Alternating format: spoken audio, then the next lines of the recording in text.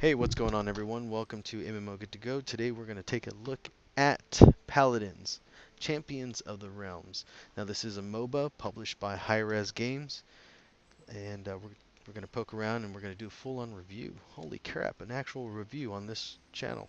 So stay tuned as we do that.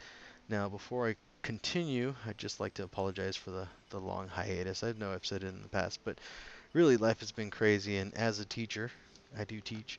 Um, it's been an interesting school year, and we're in the last week here of school, so I figured I may as well get started with doing some more of my channel. Anyways, thank you for being a follower and continuing and not unsubscribing, and hopefully I don't lose anybody from this. But if you do like this video, give it a thumbs up or thumbs down depending on your opinion, and feel free to leave a comment or a game that you wish for me to review. I'm going to spend time poking around in different games, checking them out, and learning a few things about them. Up next after this game is going to be Unreal Unreal Tournament by Epic Games, and let me just say, it's a lot of fun. Okay, let's go ahead and get started. So, as I said, this is a MOBA, and at first glance, you think, well, it's just a MOBA. It plays like all of the MOBAs, right? Wrong. This MOBA actually plays quite a bit different, and I think it has a lot of things that Smite misses in it. I do enjoy Smite. I still have my account there. Obviously, this is hi-rez, and so it's there, but instead of gods, they have champions, like Dota does. Um, there obviously aren't a lot, but like I said, this is in beta. It's in closed beta. Hit me up. I have an extra beta key if you want to check out the game. Um, I'll do a drawing. How about that? Anyways, let's get back into it. Um, so go through. We have Protector, Striker, Sharpshooter, Blaster, and Fighter as our classes, and they literally are what they sound like. Protectors are these three fellers here: Barrick, Grok, and Fernando. They have a little bit higher health, higher defense, and they have some sort of a shield. And now, granted, there are a couple others that have shields as well, but they're not as strong as these characters are. Let's take a look. Obviously, I play as Barrick more often, and I have not played as Grok yet. But one of the things I do like about this game is that individually they level up. That's Smite does that, and a few other MOBAs do it. But one of the things that I've always thought that Smite was missing was Deck loadouts, building. where you can come in here and actually build a custom deck, and you can go through and these cards are like, think of League of Legends if you've ever played that, and you can come through here and unlock different cards um, that are available to the character. Now they're still releasing cards, and some of the art is not fully there, but they've also changed the system here recently. Before, it used to be you had to come over here on this left hand side and hit the left mouse button, and then it would pop up and say, do you, basically something like this, and then you would hit the purple button and it would roll, and you would get a random common card if you chose common, rare, etc., and then you could find it here in your list. I'm kind of glad they got rid of that, because there were certain cards that I was hoping to get and I couldn't get them, and it was annoying me that I rolled like 5 times, and it cost 1,000 monies, which it sounds like a lot. It is a bit, but it's not that much.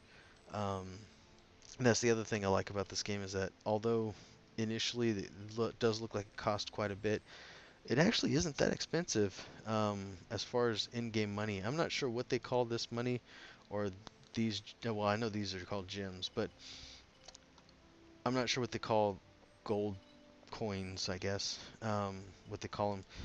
But you can buy the champions that you don't have. Um, like, say I don't have Buck. Buck! You click here and he's 2,500. And that sounds like a lot, but you get money for leveling up, and you level up real fast initially. You get money for um, logging in now. and you also get money for hitting each character into the next level. So let's say I'm on Barrack rank 7, so for the previous 7 levels, 7 times 500, I've gotten 4,500 gem or monies just for playing him. And same thing with Kinessa. her. I've made 10,000 just for her, you know. And that's basically how all of these characters work and getting money. And it's a nice thing. So that there's Barrack. He lays out turrets, and he's got like a little bit of a rocket launcher. He's not that overpowered like Vulcan was when he first came out, but he's pretty decent. Grok, they had to nerf him here recently because he's just really powerful and insanely difficult to kill sometimes. He's got a shield as well, and he's really decent. He can heal. Fernando. This guy has, well, it says right here, high health and shields, and this one Build your deck. really is where you can see the true effect of how your cards cause your character to be really strong. Because if you look here in shelter, which is basic, it says nothing too big here. Gain a 400 damage shield for 5 seconds after you charge and all this jazz. But when you go to Colossus, increase your base maximum health by 45%. That is huge. If you choose this loadout, the pre-built loadout Colossus, you start with 5,000 HP, and without it, you start with 3,000. So that's a game changer right there. And you need to take time, read them, go through them, learn about the cards, and I really do like that it has this extra dimension around it. Um, Now you can go out and buy money, spend money, get the gems, get every person here, and then you get in the store you can get a whole bunch of chest rolls right here, and you get excuse me, you could just roll 20 different times and get a whole bunch of cards. 20 has 5 inside of it, so 20 times 5, so that's 100 cards. That's a lot. And it, uh, is it worth it? I don't necessarily know. I mean, I think you should support the game that you're playing, absolutely. But this is one of those games where if you just want to poke around and check it out, um, that there is a way to do it without going into a lot of money to do it. And I do appreciate that. It's not a pay-to-win game or anything like that. Like this, Fernando. the pre-built Deck loadouts building. for this, they come standard. You don't even have to unlock these cards. That's just it's there. And that's different and it's awesome.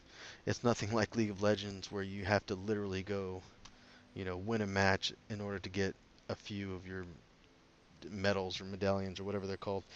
And I like that. I like that a lot. Chest, every time you hit a level up down here, you get one chest, and the chest comes with 5 cards in it at random, which is fine. So as I said, we have Protector, so that's your tank. Striker, which is our assassin. Sharpshooter is pretty self-explanatory. They kind of shoot you from a distance and kill you. Blasters, they blow stuff up. They got a lot of explosions. Things go boom. And fighter is a fighter. They melee, they go in and they hack at you and they kill you. They do a really good job at it too. So that's the basic overview. Really, I play a lot of more defensive characters, so like Barrack and so forth. So those are going to be what you see me play as in the clips. So let's keep going. Let's see. Well, yeah, you can do practice versus AI. We played a few matches, me and my buddy, and the bots are okay. They're not like amazingly crazy, but they're okay. They're not terrible. You can level up by playing bots, but with all MOBAs, if you spend too much time playing bots, you don't get good. I mean, that's just the thing. Bots do a specific set of things over and over again, and you just won't get good, or as you could be. Let me put it that way. You won't get as good as you could be because human players are different. We think different, we play different, and you need that dynamic to help push yourself. So we have 3 maps. Well, let me they're not maps really. Um, they're more like options, because within each option there are at least two or three maps. Siege, you go to a location, you cap it, and then you spawn a little, what would you call it? A cart full of explosions, and you got to get it to the target, which is your enemy's base, because you're blowing it up, and it's the first to 9 points that wins. Payload, one team starts defending, the other team starts as attacking, and you start with the payload and you run it to the enemy base while the enemies try to stop you, and there is respawning in both of these.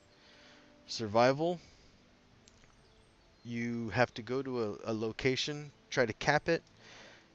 Well, you don't have to cap it, you just have to stay alive, be the last team standing. But, and I really like this, there's a fog of death, a literal fog of death that comes out and engulfs the entire map.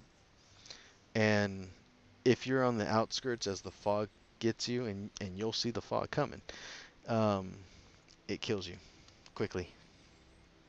And it forces team fights, and I really like it. I've never played another map like it, and it's just a lot of fun. Um, all right, so let's go ahead and we're going to come back and take a look at a map, and I will talk to you all here in a second. Alright, so as you can see here, it says that this is a siege map in Glacier Keep. Like I've said before, there are several different types of maps inside each one. Here, if you press I, you can go through your options and go through and pick out different, they call them burn cards, but they're basically like items that you get temporarily until each round. I would highly recommend going through each one of them and picking them. A lot of things are situational in the game, and they really do make a difference, especially some that increase your damage against people with a lot of shield, like Fernando, or a lot of turrets, like Barrack. And basically, you just spawn in your area for siege. You hop on your horse by pressing U, and you run out to the location. And the location's up at the top right-hand corner as a star that's pinging. And you just run over there and, just casually walk over there and just hop off your horse and just start murdering people. That's basically all you're going to do, is just start murdering people. And, they have the same advantages and disadvantages as you do. Sorry about jumping around so badly with this character. This is actually my first time playing as this person. So, I don't do so well as I try to figure her out, and she's actually pretty cool. Literally, because she's ice character, but figuratively as well. But I get killed, and as you can see, it gives you a replay of your person and how they tracked you down and killed you, and then you hop back into your horse, and you start going off, and you keep earning more resource monies as you go on. And I always run into that wall because I forget that it's not movable. And this is siege. This is basically siege. You just go up there. You got the two bars at the top, middle. The team that catches it gets it all the way up to 100%. Gets the siege. Well, I can't remember what it's called, but you get the explosions, and you'll see it here in a minute. And it spawns right in front of you as you're here, and boom, there it is right there. And so now it follows a preordained path, and you basically just run it to the enemy base, and to keep it moving you have to stand near it. To stop it you have to stand near it. The enemy does. But if no one's standing near it and everyone's, like I am right here, running around killing people or getting shot at, the thing just stands idle, waiting for you to show up. And if the enemy is there, they can literally force it backwards. And I like that a lot. But that's the basis for Siege, and it really is a blast to play. I'm not going to go over payload too much, This is the map Outpost, which is, I think it's the most common map for you to play with this game type, or it's the only map. I can't say for sure.